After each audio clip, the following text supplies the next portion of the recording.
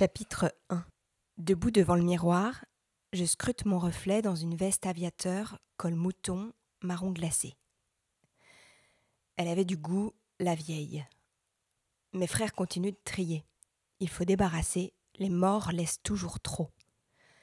Ma sœur siffle dans ma direction avant de replonger dans la garde-robe de Raymonde et on éclate de rire, même si on ne sait pas s'il faut rire ou pleurer un jour comme celui-là. Le papier peint des murs nous rend un écho tordu. Face à l'armoire, Étienne ne bouge plus. Il tient un morceau de journal qu'il vient d'extraire d'une pile de linge. Adrien, Sarah et moi, on s'approche tous les trois de notre frère, sans bruit. On voit un article avec une photo, sans couleur, floue et jaunie. On lit. Un avion s'écrase sur un hameau. 3 morts. 2 jeunes mariés et le pilote. Sur l'image, on ne distingue pas bien la ferme que la légende annonce, mais on voit des gendarmes. Étienne est toujours immobile. Adrien se laisse tomber sur le lit. Les ressorts s'en plaignent. Sarah ôte le chapeau-cloche bordeaux qui lui mange le front. Un relent de naphtaline s'échappe des vêtements pliés sur l'étagère. Ça pique le nez. C'est la première fois qu'on trouve une trace tangible de l'accident de notre oncle Olivier et de notre tante Yvonne. Cet article, ça ne peut être que ça. Qu'aurait-elle pu ainsi conserver d'autres, la grand-tante ?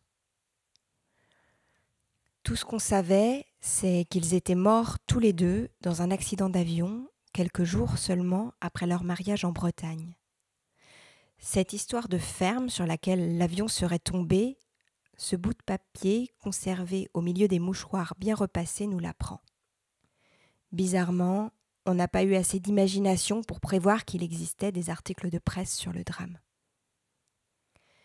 On s'était habitué au silence dur qui entourait l'oncle et sa femme.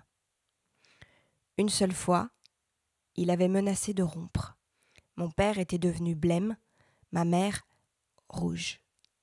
Elle avait articulé des mots qui n'étaient pas parvenus à mes oreilles.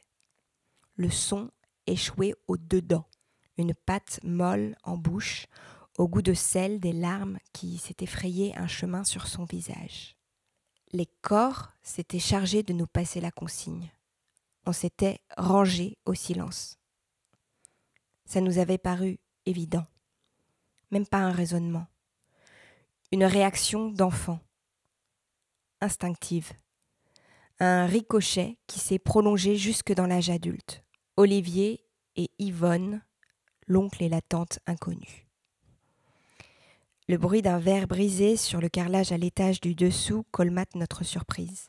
En bas, les grands-parents vident une partie du buffet, des couverts déversés dans des sacs en plastique, des assiettes en faïence bleue empilées. Étienne tient toujours le morceau de journal. Ses yeux font des allers-retours. La porte de la chambre, l'article. Quand, gamin, il chapardait des fraises Tagada dans la boîte Quality Street du placard de cuisine, il avait la même tête. Il ne faut pas que les grands-parents voient qu'on a vu. Je me dis ça. On a peur d'être pris en flagrant délit, même si on ne sait pas trop de quoi. C'est stupide. On est en 2010, on a tous les 4 entre 20 et 30 ans. On remet l'article là où on l'a trouvé. On n'en parle pas. On ne parle plus. On dirait qu'on vient d'apprendre la mort de quelqu'un, là, dans cette chambre. On n'a fait qu'apprendre des détails sur des morts de quelques décennies déjà. On retourne ranger les affaires de l'aïeul.